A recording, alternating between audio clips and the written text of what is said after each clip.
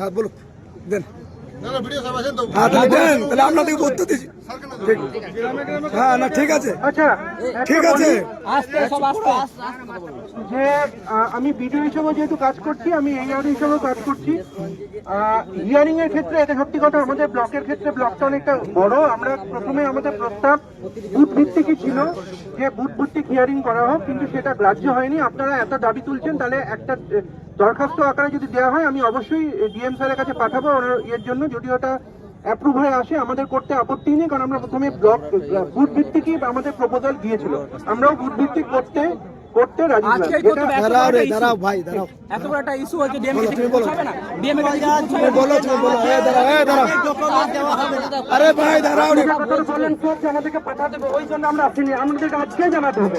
ওটা আজকে আপনি একদম আমরা এখনই লিখবো, আমরা এখনই লিখবো, আস্তে আমরা এখনই লিখবো। আপনি এখনই আমাদেরকে জানিয়ে দেন, আমরা আমাদেরকে দিয়ে দেন।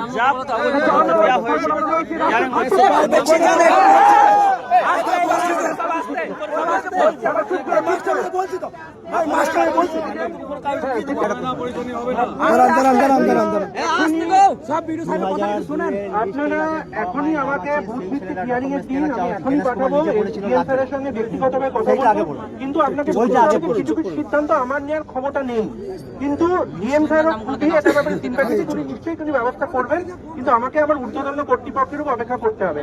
আর আরেকবার হিয়ারিং এর জন্য আরেকবার হিয়ারিং কেন হবে, মানে এটা তো প্রসেসটা শেষ হয়ে গেল, মানে 24 তারিখ 14 তারিখে 31 তারিখে আমাদের হিয়ারিং শেষ করতে, আর আপনি ভাবছেন কেন যে আবার আপনাকে ডাকতে হবে?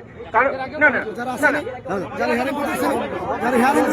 কেন হবে তখন আমাদের বুঝতে হবে আমাদের ব্লকে আমরা যেহেতু এইভাবে কাজ করছি, আমাদের ব্লকে 1,39,000 ভোটার, তার মধ্যে নো ম্যাপিং এ মাত্র 2,000 লোকের এসেছিল, সেখানে অন্যান্য ব্লকে অনেক বেশি এসেছিল, আমাদের মাত্র 2,000, আপনারাও জানেন। সুতরাং বারবার আসতে এটা আসা উচিত ছিল না, কিন্তু পদ্ধতি তো মানতে হবে। আর এবার তো শেষ হয়ে গেল, 31 তারিখে হিয়ারিং শেষ, এবার আমাদের বাকি কাজ কাগজে কলমে করতে হবে।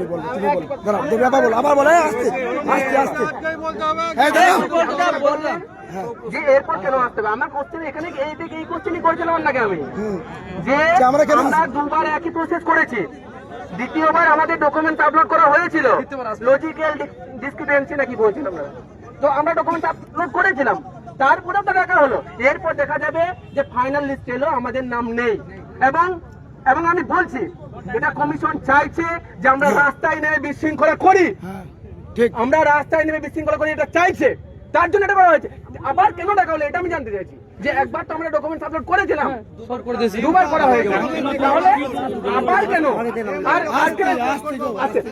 আপনি এনশিওর করুন আপনি যে এরপর আর আসতে হবে না, হিয়ারিং আর আসবে না, আপনি এনশিওর করুন, আপনি বলুন। আবার আমি একটু মন দিয়ে শুনতে হবে। হিয়ারিংটা একটা পদ্ধতি, কারণ সেখানে আমাকে যিনি আসছেন তার একটা ফটো তুলতে হচ্ছে, একজন মাইক্রো অবজার্ভার আছে, মাইক্রো অবজার্ভার যিনি হিয়ারিং এ আসছেন তিনি এবং যিনি হিয়ারিং করছেন তার একটা ফটো তুলতে হচ্ছে, এই জন্যই আসা। প্রথমেই যেটা বললাম, যে ডকুমেন্টগুলি বিএলও সাহেবরা আগেই আপলোড করে দিয়েছিলেন সেইগুলো কিন্তু আমরা ডিস্ট্রিক্ট ইলেকশন অফিসারের কাছে পাঠিয়ে দিয়েছিলাম, ওইগুলো ভেরিফাই হয়ে আসলে কিন্তু আমরা ওগুলো অ্যাকসেপ্ট করে নিচ্ছি, কিন্তু হিয়ারিং এ আসতে হবে, কারণ ফটো তোলার বিষয় সেটা তো তখন তোলা হয়নি, এইটা করতে হবে। এবং যেগুলো যারা ডকুমেন্টস আপলোড করা হয়নি, যাদের নামে এসছে তাদের ডকুমেন্ট দিতে হবে, বাকিগুলো দিতে হচ্ছে না, কারণ অলরেডি আপলোড করা আছে। যেমন আমি বলছি, আমি বাতি কার্ডটা দেখি, আমার বিএলও সাহেব যেগুলো আপলোড করেছিলেন সেগুলো ডিস্ট্রিক্ট ইলেকশন অফিসারের কাছে গিয়েছিল, সেগুলো ভেরিফাই হয়ে এসছে, সেগুলো কিন্তু আমি ওখানে বসেই করে দিতে পারছি, শুধু ভদ্রলোক আসবেন বা ভদ্রমহিলা আসবেন, তার একটা ফটো তুলবো। ভাই হলো তো অনেক প্রশ্ন, না প্রশ্ন হয় নাই, আমাদের প্রশ্ন জবাব হয় নাই। জ্ঞানেশ কুমারজি প্রথমে যখন সোশ্যাল মিডিয়ায় আসেন, উনি জ্ঞানেশ কুমারজি বলেছিলেন 2002 এর লিস্টে যাদের বাবা মায়ের নাম আছে তাদের কোনো প্রমাণপত্র কাগজ লাগবে না, তাদের ছেলে মেয়েদেরও কোনো প্রমাণপত্র লাগবে না, তাহলে আজ কেন এই পরিস্থিতি দাঁড়ালো? আজ কেন তাদের ছেলে মেয়েদের নামে হিয়ারিং গেল? তাদেরকে কেন ডাকা হচ্ছে, হেনস্থা করা হচ্ছে, এমনকি বয়স্কদেরও নাম আসছে? আর একটা জিনিস আমি জানতে চাই, ইলেকশন কমিশনের কাছে আরেকটা প্রশ্ন আমার, শুধু বেছে বেছে মুসলিমদের নাম কেন বেছে এলো? হিন্দুকে গ্রামে কেন কুইটা থেকে না গেল? মুসলিমদের খায় কিন্তু আর হিন্দুদের কুইটা কেন? আমাদের ভুল নেই? হিন্দুদের আর এই ভুলের জন্য কে দায়ী? এই জবাব আমাদের চাই।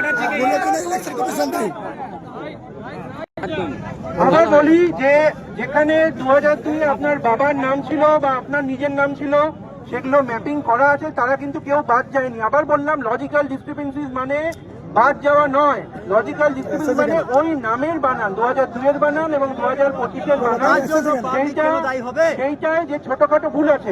কম্পিউটার তো সেই দুটো ব্যক্তি একই বুঝতে পারছে না, সে বুঝতে পারছে যে কিছু ভুল আছে, সেই জন্য সে কিছু প্রশ্ন করেছে।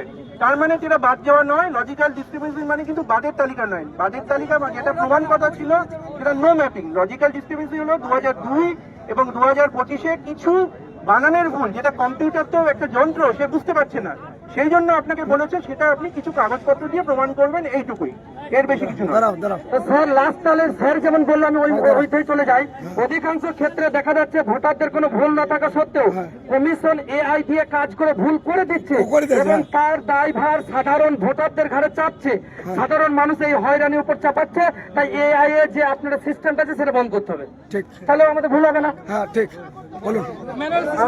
আমি 100% বলছি যে এটা সত্যি হয়রানি হচ্ছে, কিন্তু বুঝতে হবে এই কোনোটাই আমরা করি না, কোনোটাই রাজ্য স্তরে হয় না, এটা ইলেকট্রিক একটি সফটওয়্যার, এই পদ্ধতি স্পষ্ট হলেও যেতে হবে। কিন্তু আমরা চেষ্টা করবো আপনাদের পরিশ্রম বা পরেশানি কম হয়। হেয়ারিং এ যদি আমাদেরকে যেতেই হয়, আমি যাবো বলছি তো আমরা, কিন্তু আমি এনসিআর কেন করছেন না? আপনি বলছেন যে আগে হয়েছিল আমরা দেখেছি শুধুমাত্র ছবি তোলার জন্য, আমরা তা আসছি ছবি তোলার জন্য, তাহলে আপনি এনসিআর করুন, যে আর আসতে হবে না, আপনাদের নাম এরপর ভোটার তালিকায় থাকবে। আমি দায়িত্ব নিয়ে বলছি, আপনি ওখানে এনসিআর করেন এবং ওখানে সেটা দিন আমাদের, কেন দিচ্ছেন না? লিখিত দেন, এটাই চাইছি তো আমরা, অন্য কিছু না। আপনি লিখিত দেন, লিখিত দেন, আমরা চলে যাবো। আপনি আমাদের সাথে শুধু দিয়ে দেন যে আমি লিখিত দিয়ে দেবো, তোমাদেরকে আসতে হবে না, আর এরা এলে ছবি তুলে আমি ছেড়ে দেবো, লিখিত দিয়ে দেন, আমরা চলে যাবো। বাস বাস বাস বলুন। আবার এইটা মনে রাখতে হবে, আবার একই কথা, আপনি আমাকে লিখিত দিতে বললেও আমি যদি দিও তার এটা অর্থহীন, কারণ আমি যে লেভেলে কাজ করি আমি সেটুকুই বলছি। আমি আবার বলছি যে আপনার ডকুমেন্ট যাবে, ডিও সাহেব সেগুলো ভেরিফাই করে দিচ্ছেন, ভেরিফাই হয়ে গেলেই সেটা কিন্তু করা যেতে পারে, কিন্তু যেটা আমার হাতে নেই আমি সেটা বলতে পারবো না। কিন্তু যেটা আমাদের সমস্যার সমাধান হচ্ছে না, নয় নয় নয় নয়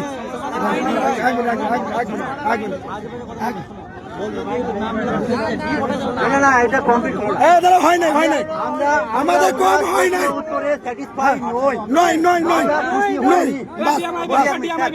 হ্যাঁ ডিএম আসুক, আরো অপর মহিলা যাচ্ছে সে আসুক।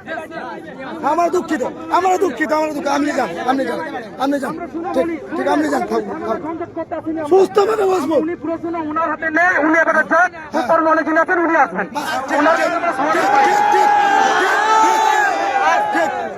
ভিডিও সাহায্য দেওয়ার সুযোগ করে দেন। ছেড়ে দাও, ছেড়ে দাও, ছেড়ে দাও, ছেড়ে দাও।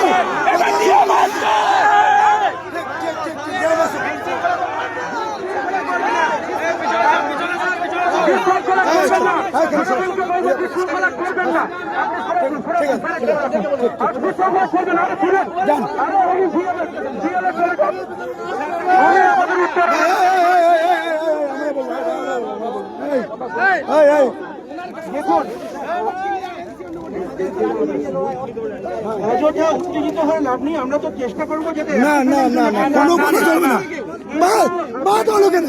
আপনাকে আমি নিজের অভিজ্ঞতা দিয়ে কি বললাম যে বিএলও সাহেব ডকুমেন্ট আপলোড করেছেন, আমি সেটা ডিওর কাছে পাঠিয়েছি, ডিও সাহেব